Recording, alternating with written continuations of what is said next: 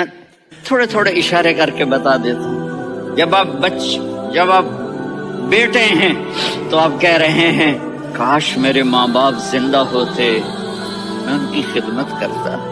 پھر فرمایا اور نہیں تو میری ماں تو ہوتی.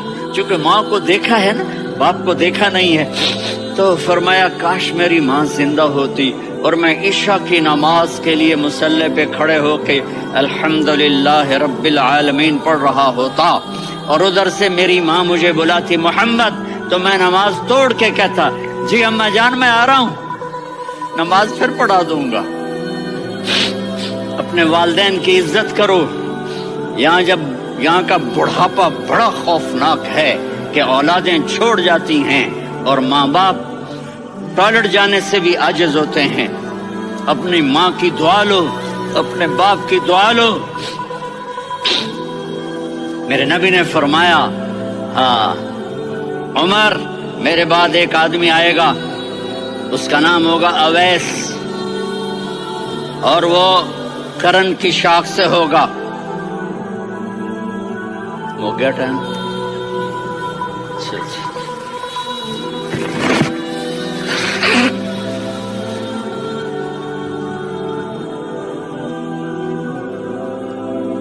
اس سے دعا کرانا، علی آپ بھی، عمر آپ بھی. یا رسول اللہ کس لیے؟ کہ اس نے ماں کی ایسی خدمت کی ہے کہ جب ہاتھ اٹھاتا ہے اللہ اس کے ہاتھ خالی نہیں لوٹاتا. حضرت عمر رضی اللہ تعالی عنہ نے حج کے موسم پر سارے حاجی کھڑے کر لیے، کہا بھائی یمن والے کھڑے رہو باقی بیٹھ جاؤ. تو بیٹھ گئے. پھر فرمایا کہ یمن والے بیٹھ جاؤ، قرن والے کھڑے رہ جاؤ. تو ایک آدمی کھڑا رہا. کہا تم قرنی ہو؟ کہا جی ہاں. اویس کو جانتے ہو؟ جی میرے بھائی کا بیٹا ہے لیکن تھوڑا پاگل سا ہے، آپ کیوں پوچھ رہے ہیں؟ حضرت عمر نے فرمایا وہ نہیں، تو پاگل ہے. کدھر ہے؟ کہا یہ اونٹ چرانے گیا ہے ادھر عرفات کی طرف. تو آپ نے حضرت علی کو ساتھ لیا اور دوڑ لگائی سواری پر. دیکھا تو اویس کرنی ایک کیکر کے نیچے نماز پڑھ رہے تھے اور اونٹ چر رہے تھے. تو جب انہوں نے دیکھا کہ دو آدمی آ کے بیٹھ گئے تو انہوں نے نماز شارٹ کٹ کر دی. تو حضرت عمر نے پوچھا کون ہو بھائی؟ کہا جی میں مزدور ہوں. کہا تیرا نام کیا ہے؟ کہا جی اللہ کا بندہ. کہا رے بھائی تیری ماں نے تیرا نام کیا رکھا ہے؟ اس نے تو نہ حضرت عمر کو دیکھا تھا نہ علی کو. وہ کہنے لگا بھائی تم کون لوگ ہو میرا انٹرویو کرنے والے؟ یہ تو میں اپنی زبان میں کہہ رہا ہوں. تو حضرت علی بولے کہ بھائی یہ ہیں امیر المومنین عمر بن خطاب اور میں ہوں علی بن ابی طالب. تو وہ ایسے کانپنے لگے. میں معافی چاہتا ہوں، میں پہلی دفعہ آیا ہوں، میں نے آپ کو دیکھا نہیں. فرمائیے آپ. حضرت عمر نے کہا ہاتھ اٹھا ہمارے لیے دعا کر. تو وہ رونے لگی. آپ نبی کے صحابی، میں عاجز مسکین میں دعا کروں؟ میری اوقات ہے میں دعا کروں؟ کہاں؟ ہمیں ہمارے نبی نے فرمایا تھا اویس آئے تو دعا کروانی ہے. عمر اور علی جیسی ہستیوں کو دعا کے لیے کہا جا رہا ہے. پیچھے تہجد ہے؟ نہیں. جہاد ہے؟ نہیں. علم ہے؟ نہیں. نماز ہے؟ نہیں. روزہ ہے؟ نہیں. زکوٰۃ ہے؟ نہیں. خیرات ہے؟ نہیں. کیا ہے؟ ماں کی خدمت، ماں کی خدمت، ماں کی خدمت. میرے نبی نے فرمایا لوگ جنت میں چلیں گے، اویس چلے گا.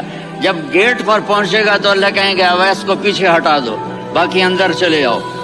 تو اویس کرنے ڈر جائیں گے کہ یا اللہ جنت کے دروازے پر مجھے پیچھے ہٹا دیا. تو اللہ کہیں گے پیچھے دیکھو. ویسے پیچھے مڑ کے دیکھیں گے تو لوگوں کا مجمع ہوگا جو جہنم میں جا رہے ہوں گے، ایمان والے، گنہگار مسلمان. تو میرا اللہ کہے گا اویس اپنی انگلی کو پھیرتا جا، جس پر تیری انگلی پڑے گی تیری تو فیل سب کو جنت میں ڈال دوں گا. یہ ماں ہے، صرف ڈالر ہی سب کچھ نہیں ہے، یہ ماں ہے. میرے نبی نے فرمایا اب تیرا باپ تیری جنت کا سب سے بڑا دروازہ ہے. اگر تو نے باپ کو ناراض کر کے موت پائی تو تیرے لیے جنت کا دروازہ کھل نہ سکے گا. یہ باپ کا مقام ہے. پھر آپ نے 11 شادیاں کی. کیوں کی؟ سنو حدیث، ما تزوجت وما زوجت الا بوحی من السماء نزل به جبریل، کہ میرے ساتھیوں سنو، اللہ کی قسم میں نے کوئی شادی اپنی مرضی سے نہیں کی، میرے اللہ نے فرمایا یہاں کرو، میں نے کی۔ میں نے اپنی بیٹی وہاں دی جہاں میرے اللہ نے فرمایا۔ تو اتنی شادیاں کیوں کی ہیں؟ ہمیں گھر کی زندگی سمجھانے کے لیے۔ میری بات غور سے سنو، دنیا کا سب سے بڑا رشتہ خاوند اور بیوی ہے، سب سے مقدس رشتہ ماں باپ ہے، لیکن سب سے بڑا رشتہ خاوند اور بیوی ہے۔ جب یہ ٹوٹ جاتا ہے تو پوری نسل برباد ہو جاتی ہے۔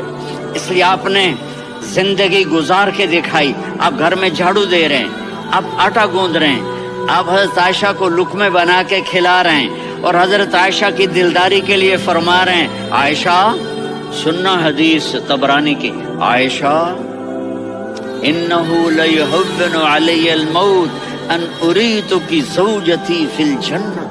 عائشہ مجھے جب سے پتا چلا ہے نا کہ تو جنت میں میری بیوی ہے تو مجھے تو مرنے کا شوق لگ گیا ہے۔